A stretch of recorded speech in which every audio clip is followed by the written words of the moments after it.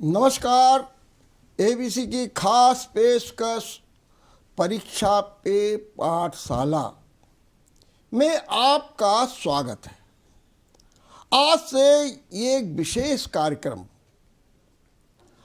UP board की परीक्षा के कक्षा 10 और कक्षा 12 के छात्र छात्राओं के लिए प्रस्तुत है। इस कार्यक्रम में हमारे विषय विशेषज्ञ माने जो विभिन्न विषय हैं, हिंदी है, अंग्रेजी है, साइंस है, समाजशास्त्र है, इनके विषय विशेषज्ञ आपके सामने होंगे। वो परीक्षा के पैटर्न को बताएंगे और साथ में आपके सवालों का जवाब भी देंगे। अगर आप कोई सवाल पूछना चाहते हैं, उसके लिए टीवी पर लगातार नंबर आ रहा है, आप उठाइए अपना फ़ोन और उससे आप फ़ोन करके सवाल भी पूछिए। आज इसी क्रम में हम शुरुआत कर रहे हैं अपनी भाषा हिंदी से। हिंदी के कक्षा 10 के छात्र छात्राओं को कैसे परीक्षा की तैयारी करनी है, उनका पेपर कैसा होगा। और सच बात तो ये है कि हिंदी एक हमारे और आपके बोलचाल की भाषा है, लेकिन कष्ट तो उस समय होता है जब हिंदी में भी छात्र फेल हो जाते हैं। बोर्ड परीक्षा के कभी कभी रिजल्ट आते हैं, उसमें देखा जाता है कि 30% छात्र जो है फेल हो जाते हैं और कभी कभी उनको अच्छे नंबर नहीं मिलते हैं। क्या कारण है? हमारे शिक्षक पढ़ाते भी हैं, समझाते भी हैं, फिर भी ये स्थितियां बनी होती हैं।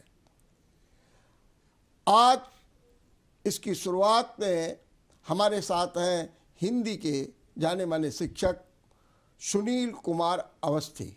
सुनील कुमार जी अवस्थी, मैं आपका बहुत बहुत स्वागत करता हूं।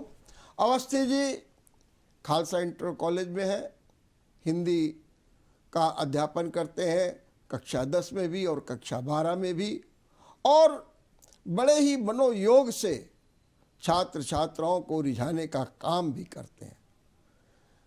मैं सबसे पहले सुनील जी ये बताऊं कि ये जो हिंदी में सामान्यतः बच्चों के अच्छे नंबर नहीं आ पाते हैं, बच्चे फेल तक हो जाते हैं, इसका कारण क्या है? क्या उनका उस ओर रुझान नहीं होता है, या हम माने, या फिर कहीं ना कहीं कोई पाठ्यक्रम में दोष है, पेपर में दोष है? क्या आप मानते हैं इसको?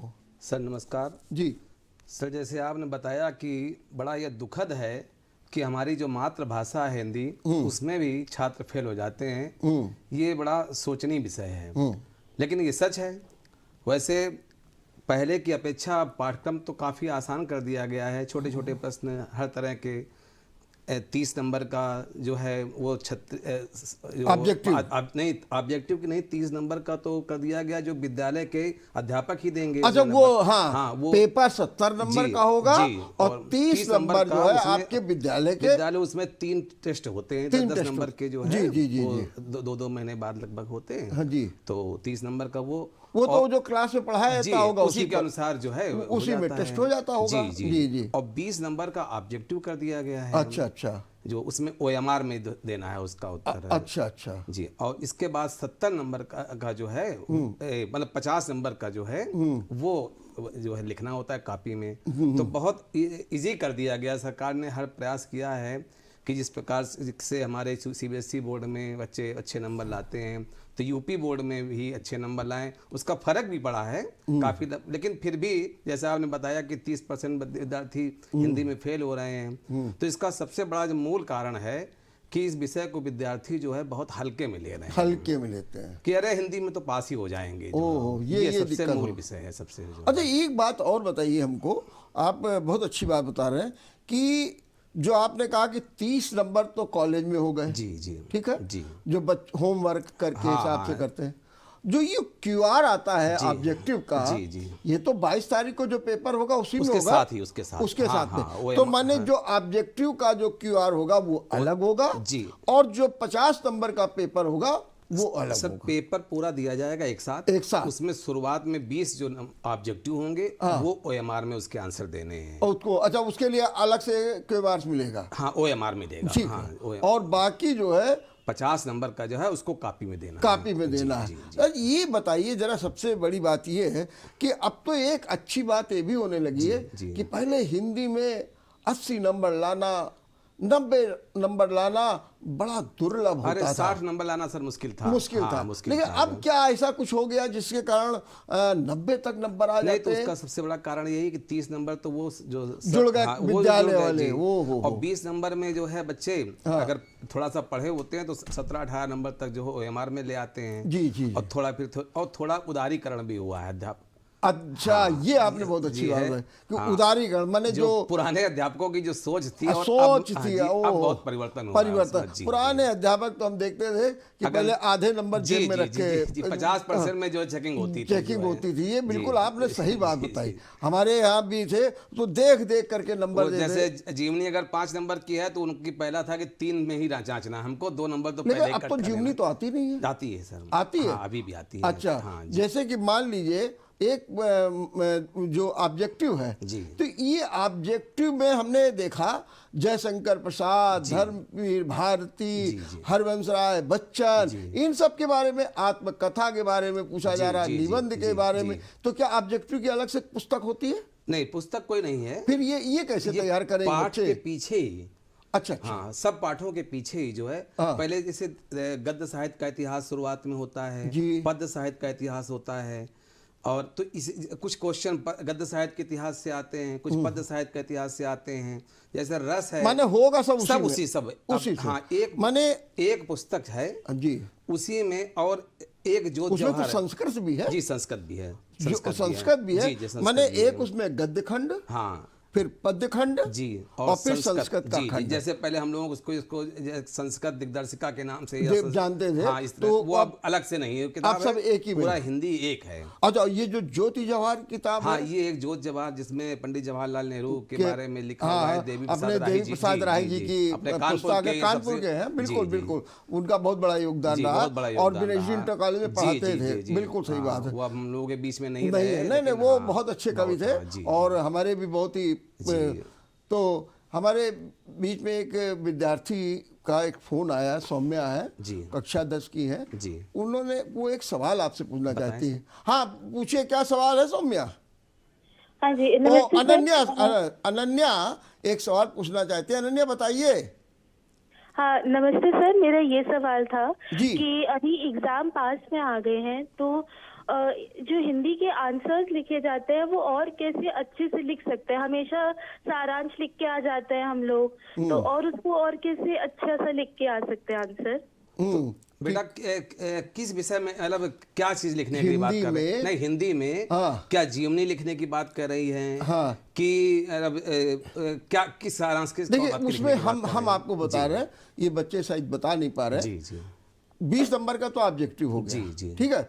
उसके बाद एक गद्यांश आता है जी, और एक पद्यांश तो आता है। उसमें गद्यांश में 3 प्रश्न दे रखे, 3 प्रश्न दिए जाते हैं। 2-2 नंबर 4 लाइनें दे दी गई, और फिर उसके बाद 3 प्रश्न दे दिए। हाँ जरा सुनिए अनन्या ध्यान से इस बात को। जो गद्यांश है, गद्यांश में एक पैराग्राफ दे रखा होगा जी, उस पर आधारित 3 प्रश्न है जी। 2-2 नंबर का जो है एक प्रश्न है, 6 नंबर का वो होगा जी। उसी को आप पहली बार अच्छी तरह से, गद्यांश को 2 बार 3 बार अच्छी तरह से पढ़ लीजिए। वो गद्यांश किताब का ही है, बाहर का नहीं है। जो आपके गद्य के पाठ हैं उसी का पैराग्राफ है। तो उसके लिए आप सबसे पहले कि किताब को अच्छी तरह से पढ़ें, और जब किताब को आपने अच्छी तरह से पढ़ा होगा तो आप ये समझ पाएंगे कि वो हमारा किस पाठ का है। क्योंकि सबसे पहले अगर लेकिन उसमें जो क्वेश्चन आता है तो पैराग्राफ दे दिया गया जी, उसे 3 क्वेश्चन आते हैं जी। पहला ये किस पाठ से लिया गया है, उसको समझ लीजिए संदर्भ। अच्छा संदर्भ के साथ प्रसंग लिखना तो जरूरी नहीं है? जरूरी नहीं, लेकिन अगर लिख दे तो और अच्छी चीज है। संदर्भ में किताब का नाम जी, जो पाठ है उसका नाम जी, और लेखक का नाम, 3 चीजें। और अगर मूल पुस्तक भी मालूम है तो लिख दे बच्चा तो अच्छी चीज है, तो अच्छी चीज है। और थोड़ा प्रसंग एक लाइन में लिख दे कि क्या इसमें पूछा गया है। लेकिन अब और अगर ना भी लिखे तो कोई बड़ी बात नहीं, दिक्कत नहीं है। प्रस्तुत गद्य खंड जी हमारी पाठ्य पुस्तक हिंदी खंड के मित्रता नामक पाठ से लिया गया है। इसके लेखक आचार्य रामचंद्र शुक्ल है। ये लिखा गया, बस पर्याप्त हो गया। तो 2 अंक इसमें पूरे दो अंक पूरे मिल जाएंगे। अच्छा, क्या आप लोग पूरे दे देते हैं? पूरे दे देते हैं, राइटिंग कोई दिक्कत नहीं काटते हैं जो है। अब राइटिंग में कोई ऐसी है, केवल समझ में हम लोगों को अच्छा, फिर उसके बाद दूसरा क्वेश्चन आता है रेखांकित अंश की व्याख्या कीजिए। बीच बीच में रेखांकित कर दिया गया। 1 या 2 पंक्ति को रेखांकित कर दिया जाता है। तो अगर 2 पंक्तियां की गई हैं रेखांकित, तो उसमें पहला रेखांकित अंश की व्याख्या उसको स्केच पेन से लिखा होना चाहिए। स्केच पेन से, हाँ, ये ठीक है कि पहला रेखांकित अंश की व्याख्या, पहले रेखांकित अंश की व्याख्या, फिर दूसरे रेखांकित अंश की व्याख्या। अगर 2 है तो, अगर 1 है तो बस केवल उसको रेखांकित अंश पूरा लिखने की जरूरत नहीं है, बस खाली कि रेखांकित अंश में लेखक ने ये बात बताई है। ठीक है, बस। तो ये दोनों मुश्किल से 2-3 पंक्ति में उसका तो एक तो आ गया संदर्भ, दूसरा हो गया रेखांकित, और तीसरा क्या होता है? तीसरा और कोई प्रश्न उसी से संबंधित कोई सवाल होगा, वो उसका उत्तर पैराग्राफ में होगा। अच्छा, वो होता सब उसी में है वो। तो ये जब बताइए कि अगर गद्य खंड में इस बार कौन कौन से पाठ इंपॉर्टेंट है? जैसे लोग कहते हैं मित्रता का पाठ बहुत इंपॉर्टेंट है, ममता का पाठ बहुत है, ममता है जी, ईर्षा तू न गई मेरे मन से है। हो। ये तीन पाठ जो हैं गद्य के अगर लिए, ये 3 पाठ कर लिए जाए तो मतलब जो है जी। और एक पाठ और जो है डॉक्टर राजेंद्र प्रसाद जी का लिखा हुआ है जी, भारतीय संस्कृति। ये 4 पाठ जो है गद्य के लिए बहुत इंपॉर्टेंट। माने अगर विद्यार्थी, मैं हाई स्कूल के विद्यार्थियों को बता दूं कि अगर वो 4 पाठ मित्रता, गद्य में मित्रता, आचार्य रामचंद्र शुक्ल, और मित्रता के बारे में बड़ा अच्छा लिखा है कि मित्रता कैसी होनी चाहिए, उसी में कुसंग का ज्वर बड़ा भयानक होता है। ये जो है बहुत पैराग्राफ काफी बहुत इंपॉर्टेंट है। और दूसरा ममता, जब वो कहती है कि ये मेरे लिए इतना बड़ा, वो भी बहुत इंपॉर्टेंट है। और फिर तीसरा क्या लिखूं पदम लाल पुन्नालाल बख्शी जी का है। भाई हमको लगता है ये 2-3 पाठ। और चौथा पाठ जो है भारतीय संस्कृति। इसके बाद पद्यांश जी, इसके बाद पद्यांश है जी। पद्यांश में कौन कौन से कवि हैं? काफी ज्यादा पाठ हैं इसमें दे रखे हैं पद्य में, लेकिन ये है बच्चा 4-5 पाठों को अच्छी तरह से पढ़ाता है। शुरुआत में जो है एक सूरदास जी का है, दूसरा तुलसीदास जी का है, 2 ये तैयार कर ले।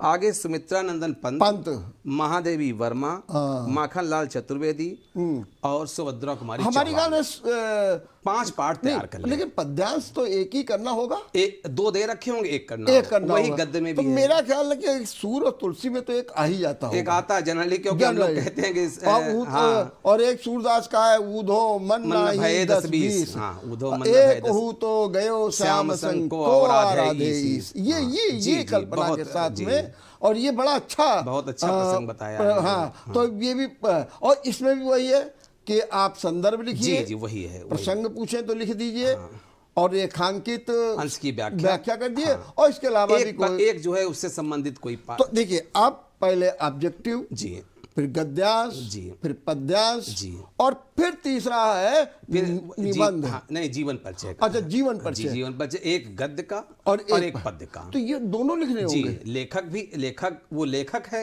हाँ, वो कवि है, तो दोनों का करना है। उसमें लगभग 3-4 दे रखे होंगे, एक कोई करना होगा। अच्छा, मैंने लेखक और कवि सब होंगे, उसमें एक ही करना नहीं, लेखक का भी करना होगा, कवि करना होगा, दोनों। लेखक का अलग जी, कवि का। अच्छा, ये जो लिखनी है जीवनी परिचय, जीवन परिचय लिखना, ये कितना लिखना चाहिए? वैसे 80 वर्ड तक जो है, मतलब लगभग 1 से 1.5 पेज लिख दे तो अच्छा है। 1 से 1.5 पेज। उसके लिए बच्चा थोड़ा ये करे कि एक कॉलम अलग से साइड में, दाएं साइड पर बना ले, बॉक्स जो उसमें जन्म है, मृत्यु है, माता पिता का नाम है, प्रारंभिक शिक्षा दीक्षा कहाँ हुई, उनके अगर किसी गुरु का नाम मालूम है, और उनकी मूल पुस्तकें 4-5 पुस्तकें कम से कम तैयार कर ले। वैसे तो वहाँ एक में भी दे देते हैं हम लोग, अगर एक भी बच्चा ने लिखा होगा, लेकिन अगर 4-5 लिखी हो तो थोड़ा सा अच्छा रहता है। अच्छा, यही हाथ संस्कृत में है जी, कि संस्कृत का एक अंश दिया दिया जाएगा, जी। उसमें भी संदर्भ पूछा जाएगा, रेखांकित का, तो उसमें रेखांकित अनुवाद नहीं होगा। उसमें अनुवाद होता है, उसमें जो गद्य होता है उसका अनुवाद है, और जो श्लोक होता है उसका अर्थ होता है। जी, ठीक बात अगर है। तो उसमें 2 में 1 करना होता है उसमें। अच्छा। इसमें ऑप्शन है। अच्छा, तो गद्य इसमें करिए बच्चों को ये चाहिए कि श्लोक का करना चाहिए, इसलिए क्योंकि अगर गद्य का करते हैं तो वो अनुवाद होता है, वो डिटो लिखना पड़ता है। श्लोक में थोड़ा सा बढ़ा चढ़ा लिख सकता है। और कहते हैं कि सर्वे भवन्ति सुखिना, ये बड़ा इंपॉर्टेंट है। जी जी जी। तो हम तो इंपॉर्टेंट भी तो बच्चों को बताएंगे कि भाई अगर ये ध्यान रखें, ये श्लोक अगर कर लें। एक श्लोक अलग से लिखने के लिए भी आएगा 2 अंक का। अच्छा अच्छा अच्छा, वो पाठ का कोई भी हो, माने जो आपको कंठस्थ हो, कंठस्थ हो जो है वो आप एक कोई बच्चे ऐसा करते हैं कि जो कभी पढ़ाओ कहीं पर तो लिख देते हैं, ऐसा नहीं है। अच्छा, पाठ पुस्तक का होना इसके बाद चाहिए। फिर इसके बाद निबंध। हाँ, निबंध है। निबंध है जी, और निबंध में जी मेरे हिसाब से एक हमारे और एक छात्र आ गए, क्या नाम है जरा बताइए।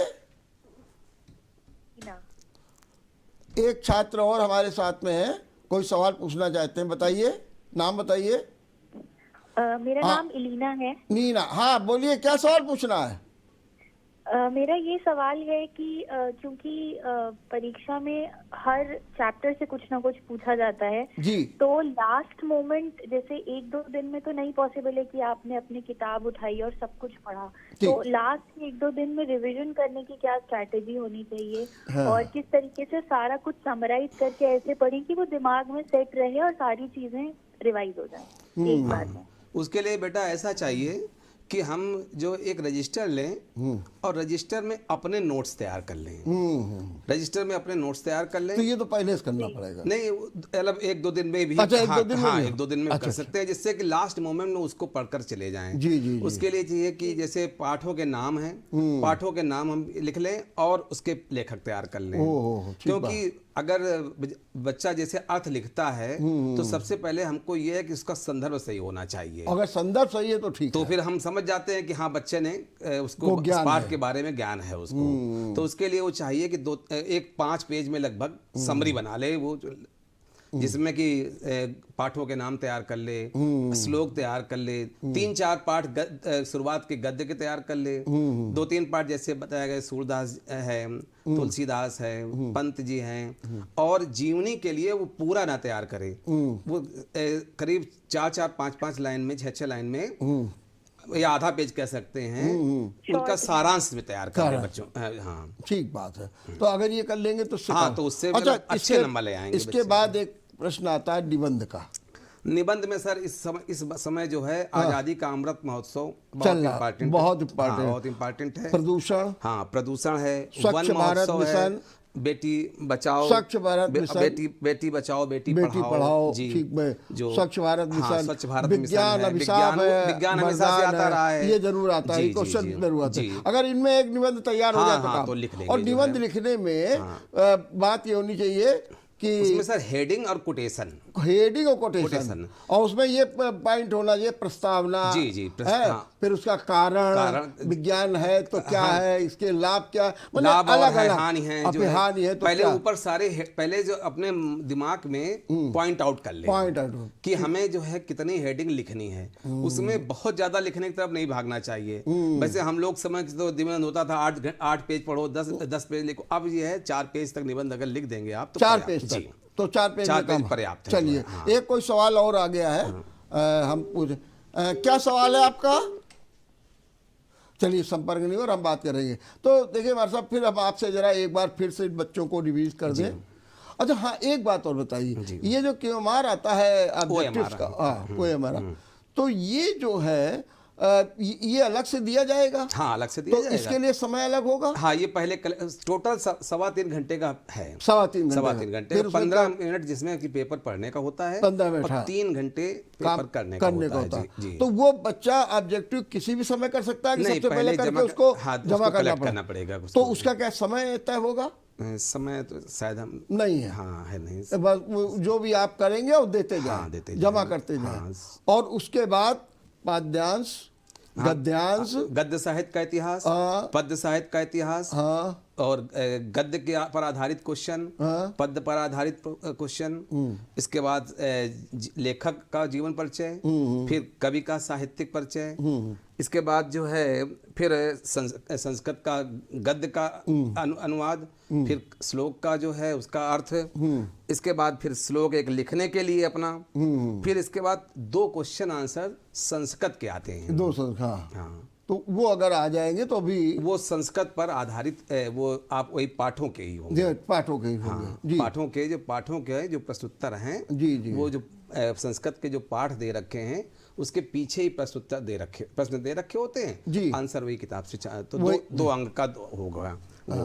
इसके बाद एक जो है सर 4 नंबर का एक समझिए शिकायती पत्र है या क्षेत्र की समस्याओं के लिए पत्र लेखन का 4 नंबर का वो भी आता है। उसमें ये होता है कि जैसे अपने क्षेत्र की कोई समस्या है अखबार में भेजिए या किसी अधिकारी के पास भेज दीजिए जो है, तो उसमें उसका नियम भी है। उसका नियम है पहले तो आप अपना नाम,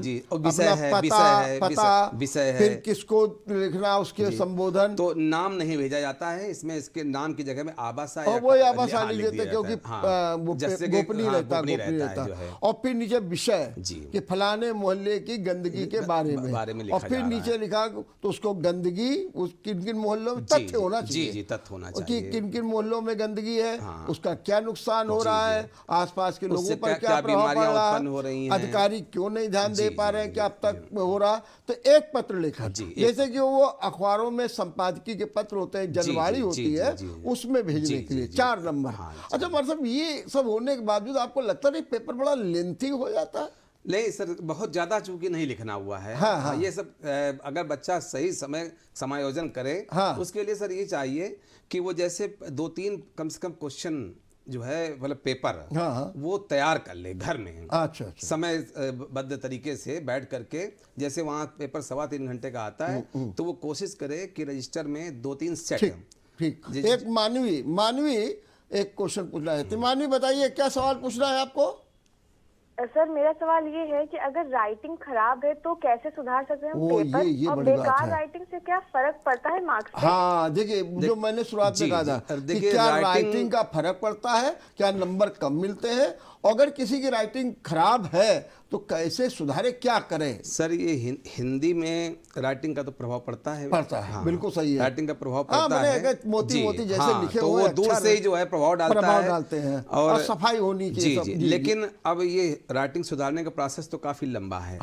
तो अगर जिसकी राइटिंग थोड़ी खराब है तो उसको ये चाहिए कि थोड़ा दूर दूर लिखे और थोड़ा बड़े अक्षर लिखे और साफ लिखे जो है। और जैसे हर प्रश्नों के बाद 2 लाइनें कम से कम छोड़ दे जिससे कि प्रश्न उसका दिखाई पड़े कि कहाँ से दूसरा शुरू हुआ है। ये नहीं कि तो उसमें बहुत बार ऐसा होता है हम लोग जब कॉपी चेक करते हैं तो समझ में नहीं आता है कि वो प्रश्न कहाँ से शुरू हुआ है। तो 2 प्रश्नों के उत्तर हो सकता है एक साथ ही समझ में जाते हैं। कम से 2 लाइनें छोड़ करके कम से कम 2। और हेडिंग के लिए स्केच पेन का प्रयोग करे वो। अच्छा। स्केच पेन सर इसके लिए हम कहते हैं कि नीला स्केच पेन या पर्पल स्केच जी। बिल्कुल लोग काला से नहीं करना चाहिए, काला नहीं करना चाहिए। स्केच पेन ब्लू कलर का और पर्पल कलर का दो यूज करना चाहिए। एक से हेडिंग डाले और एक से अंडरलाइन करे तो उससे क्वेश्चन अलग से दिखाई पड़ेगा। और क्वेश्चन जो है वो साइड में ना लिखे, बीच में डाले, मिडिल पे डाले जो है क्वेश्चन नंबर जो है। अच्छा मिडिल पे डाले, बहुत से लोग साइड में नहीं बीचों बीच में जो है होना चाहिए। जैसे प्रश्न संख्या 1 का पूरा दर्शाना है। ये कुछ लोग कह देते प्रश्न नंबर का है, तो का किसका है ये नहीं मालूम है। पूरी तरह से अध्यापक को संतुष्ट करना चाहिए कि अगर प्रश्न 1 का है तो प्रश्न 1 का लिखें, प्रश्न 1 का खा है तो पूरा 1 का खा लिखें, जिससे कि कॉपी चेक करने में बच्चे का नुकसान किसी तरीके से ना हो जी। और बिल्कुल। और दूसरा चीज है कि दूर लिखने में इस बात का भी ध्यान रखा जाए कि बहुत कम दूर लिखे। ये भी नहीं है कि पेज भर रहा है, नहीं पेज नहीं, एक लाइन में आपने 4 नहीं वैसा एक लाइन में 4 अक्षर लिखे। हम लोग सर मानते हैं कि झालर एक अंगुल का होना चाहिए फासला, 1 अंगुल का। ये बहुत अच्छी 1 अंगुल का फासला। हाँ 1 अंगुल का फासला होकर के अगर दूर लिखा जाए तो फिर बहुत अच्छा। हाँ, एक अगर अंगुल का ये फासला। पेन किसका, बहुत से लोग रिफिल का पेन यूज कर लेते हैं, कुछ सर लोग रिफिल वाले में भी थोड़ा अच्छे पेन आ गए हैं। आ गए हैं। हाँ, अच्छा, तो बहुत मतलब बहुत पतला पेन ना हो, पहली बात तो पतला नहीं होना थोड़ा सा मोटा होना चाहिए पेन जो है पेन, वो। हाँ, क्योंकि बहुत पतले पेन से सब थोड़े पतले बनते हैं,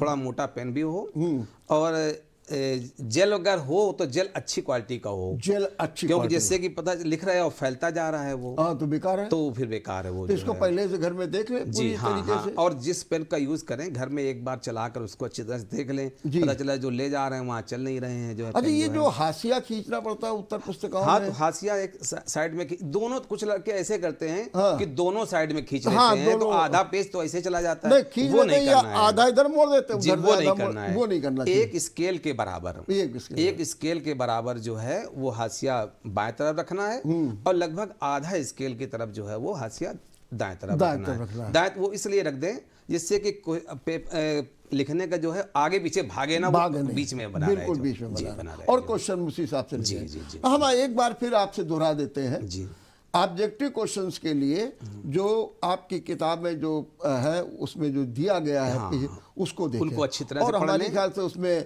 धर्मी भारती, सब पर्याप्त दे रखा है, अच्छा दे रखा है, मुंशी प्रेमचंद्र और हरबंस राय बच्चन। प्रेमचंद सर है जैसे वो 9th में चला, हाँ, कुछ अब जो है 9th में चलेगा। हाँ, पहले हम लोगों के समय एक साथ 9th 10th का होता था, अब बंटवारा अब हो गया है। कहानियों में उसने कहा था, ये कहानी, ये बताइए उसने कहा था, कहानी किसने लिखी है?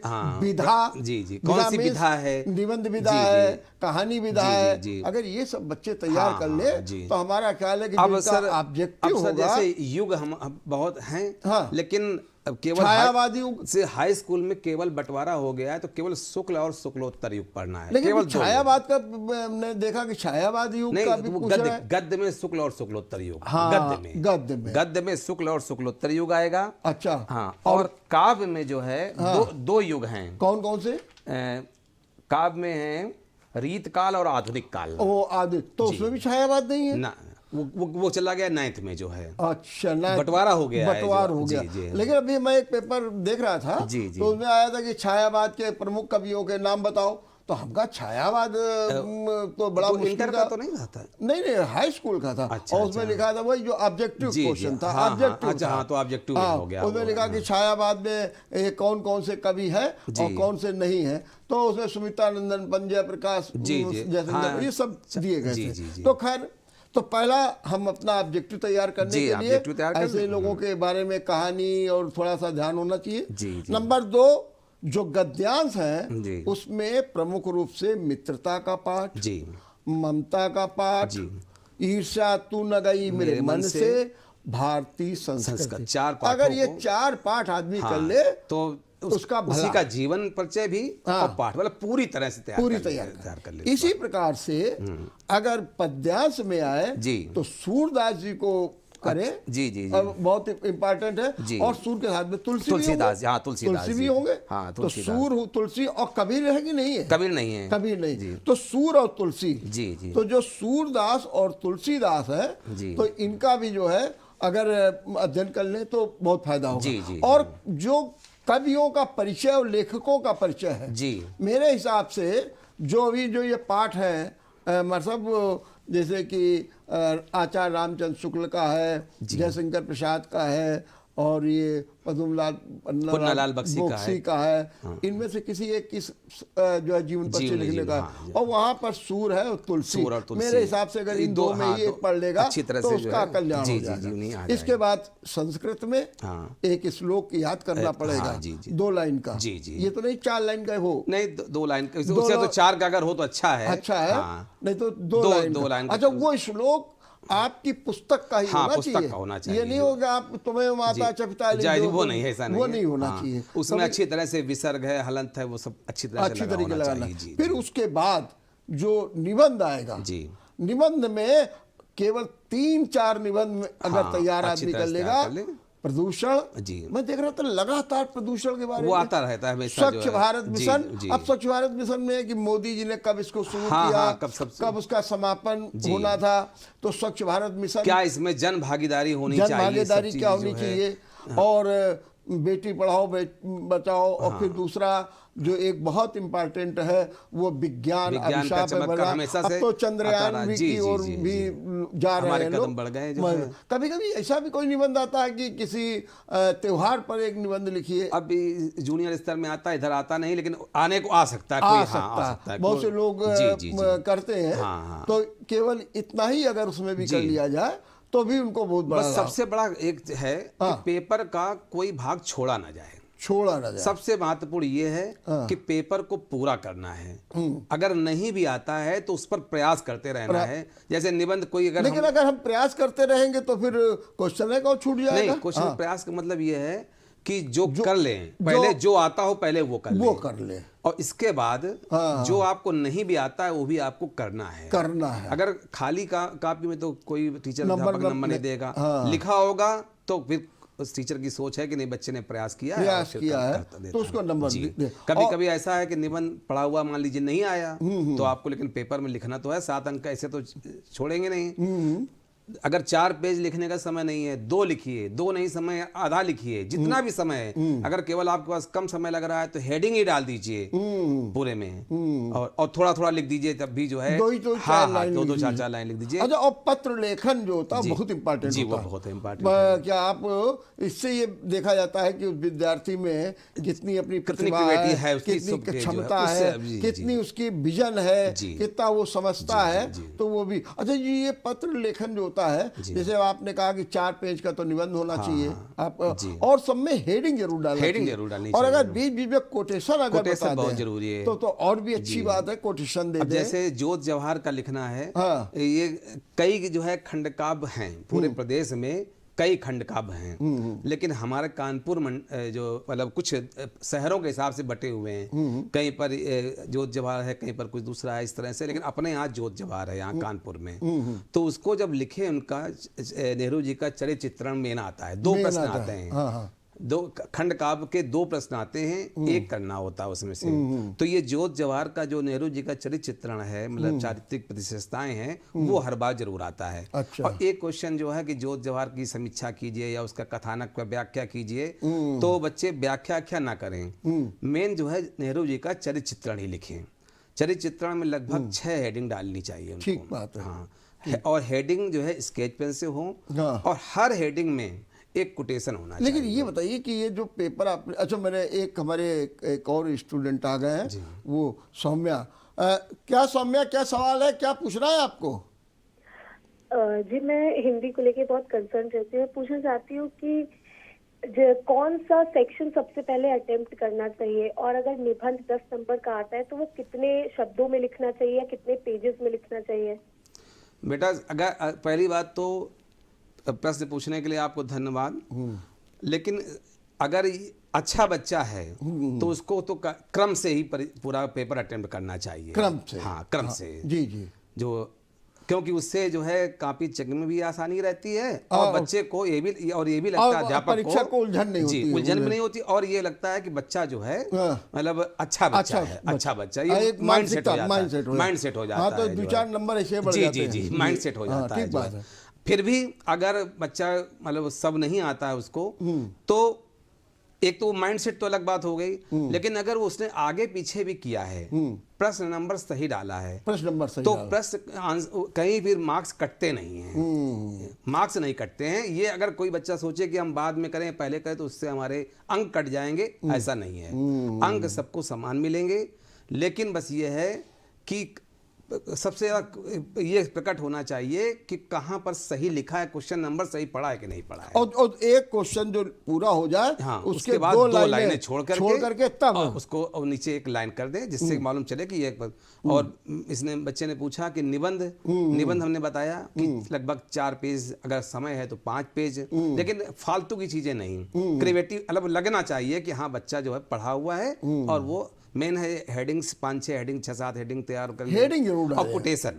हेडिंग और कोटेशन मालूम हो। बहुत बार ऐसा भी है कि कोई जरूरी नहीं किताब में आपने पढ़ा हुआ हो, वो तो आप कहीं कभी तुरंत मानसिक उपज भी होती है बच्चे की कि 2 लाइन का कोटेशन अपना तुरंत ही बना सकता है और तुरंत भी लिख सकता है जो है। ठीक बात तो इसमें भी कोई वो नहीं है जो है ये, लेकिन होना चाहिए कैसे कि मतलब साहित्यिक होना चाहिए कि बहुत बार बनाकर कोई मतलब इस तरह से ऐसे फालतू वाला लिख दे तो वो भी थोड़ा सा साहित्यिक होना चाहिए, ये बस। दूसरी एक बात और भी बात सब है कि निबंध लिखने में पॉइंट्स डालना, जो हेडिंग डालना वो बहुत जरूरी है। और क्या शुरुआत में ही लिख देना चाहिए कि प्रस्तावना, पहले एक बार शुरुआत में लिख लें, प्रस्तावना क्या क्या उसकी विज्ञान का रूपरेखा इसको कहते हैं, या प्रदूषण रूपरेखा, इसको रूपरेखा कहते हैं। प्रदूषण का अर्थ क्या है, प्रदूषण कितने प्रकार का होता है, प्रदूषण कैसे दूर किया जा सकता है, ये सब बातों में। इससे एक ये रहेगा कि अगर बच्चा पूरा निबंध नहीं भी कर पाया तो टीचर ये समझ जाएगा कि बच्चे के पास ये पॉइंट थे, समय नहीं मिल पाया तो कर नहीं पाया, तो उससे उसको गलत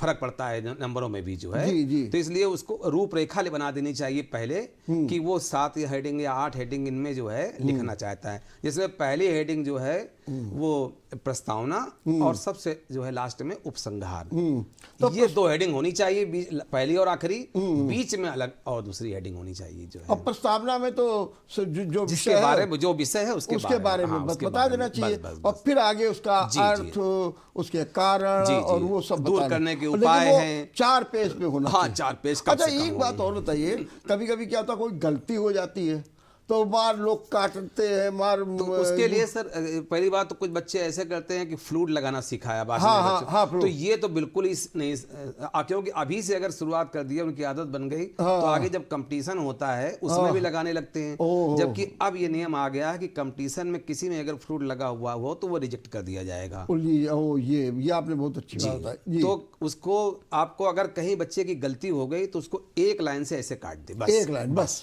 केवल 1 लाइन से। और उसके आगे जो है उसमें ये मार उसको गंदा नहीं करना, पता लगे इतना पेन घसीट रहा है कि नीचे वाला नीचे फटा जा रहा है जो है, पन्ना फटा, उसको 1 लाइन से सीधे ऐसे काट दे और आगे बढ़ जाए बस जो है। ठीक बात है। और अच्छे शब्दों में और फिर ही लिखा जाना चाहिए। अच्छा, ये बताइए कि जो बच्चे हिंदी में टॉप कर जाते हैं, 80 नंबर लाए, 90 नंबर लाए, इनमें क्या कोई विशेष प्रतिभा होती है, या वो गहन अध्ययन करते रहते हैं, या उनका पारिवारिक कुछ बैकग्राउंड ऐसा होता है?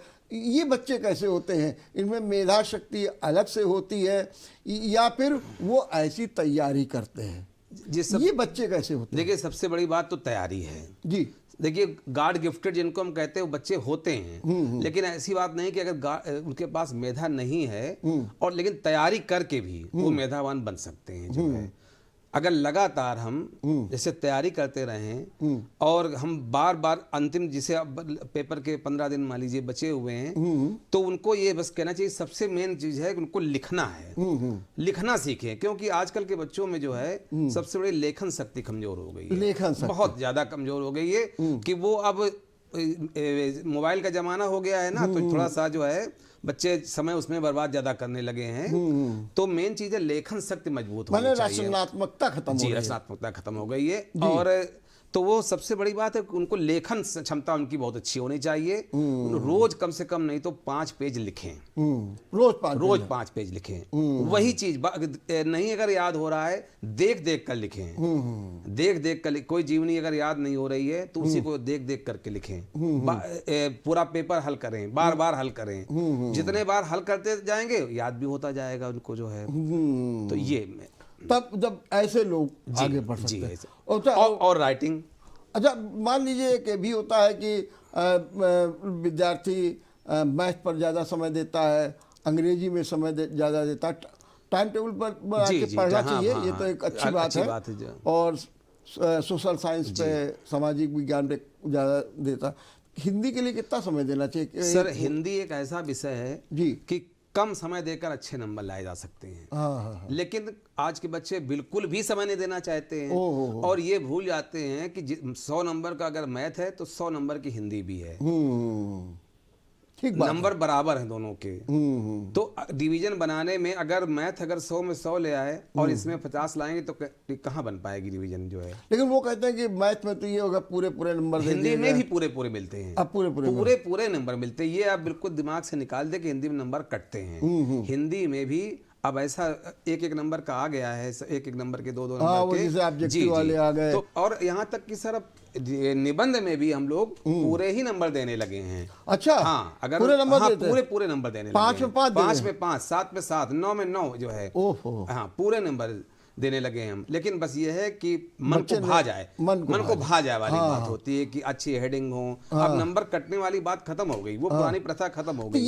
ये जो लागू हुआ है ये आप लोगों ने स्वस्फूर्त किया है? नहीं, या फिर बोर्ड की परीक्षाओं के जांचने के पैटर्न भी बदला है, जो निर्देश आ गए जी। पैटर्न भी बदला है जी। कुछ सरकारों की तरफ से ऐसी निर्देश भी रहते हैं कि हमको भी जो है यूपी बोर्ड को बढ़ावा देने के लिए सीबीएसई के बराबरी करनी है। तो ये मानसिकता पुरानी वाली जो है अध्यापकों ने अब हटा दी है, लगभग हटा दी है कि अब वो पूरे नंबर ही। अभी जैसे इस बार हमारे ही विद्यालय में इंटर में 4 बच्चों के 96 मार्क्स आए थे हिंदी में 4 बच्चों के 96 मार्क्स आए। अच्छा, वहाँ तो निश्चित रूप से सीबीएसई हो, आईसीएसई हो, 80 नंबर, 90 96 नंबर, नीचे बातें कोई नहीं करता। यहाँ पर तो 33 34 अब सर आ रहे हैं नंबर। अब यूपी बोर्ड में अब आ रहे हैं ना, अब बदल गया, अब बदल गया। तो इसका छात्रों को लाभ उठाना चाहिए, तैयारी करके जो है।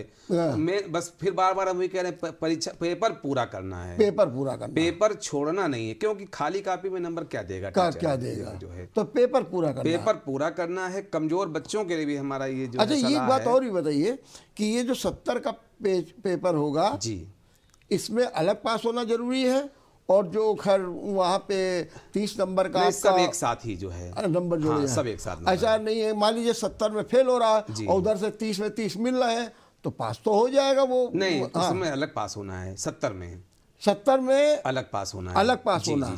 जी। और जो आपका होम एग्जामिनेशन जो मतलब 30 नंबर आपके टीचर के हैं उनमें अलग पास होना है। जैसे नहीं कि 30 उसमें आ जाए, 3 इसमें 33 हो जाए। हाँ, वही मैं पूछ रहा हूँ। अच्छा, ऐसा नहीं, दोनों में पास होना जरूरी है। तो इसके माने कि छात्रों को ये ध्यान रखना होगा, वो नंबर खाली आपको प्लस कर सकते हैं, प्लस करा रहे हैं आपको, आपके प्रतिशत बढ़ा रहे हैं जो है। ठीक बात है। एक बात अब आपसे हम और पूछने जाए कि इतनी देर हमने आपकी चर्चा की हम लोगों ने, अब जरा कुछ विद्यार्थियों को टिप्स दे दीजिए 4-5 कि ऐसा करें तो ऐसे नंबर आएंगे। अब इस समय जैसे परीक्षा का समय है जी, तो सबसे पहले तो थोड़ा सुबह जल्दी उठना सीखें। अच्छा, जल्दी उठें। हाँ, जल्दी उठें। हम लोग अब पहले पुराने समय में 3 बजे 4 बजे उठते तो नहीं उठ सकते हैं अगर बच्चे, तो कम से कम 5 बजे उठ जाएं। ठीक। और 4-5 पेज में जैसे हमने बताया, 4-5 पेज में अपना एक आउटलाइन तैयार कर लें कि इतनी चीजें हमको रोज पढ़नी है।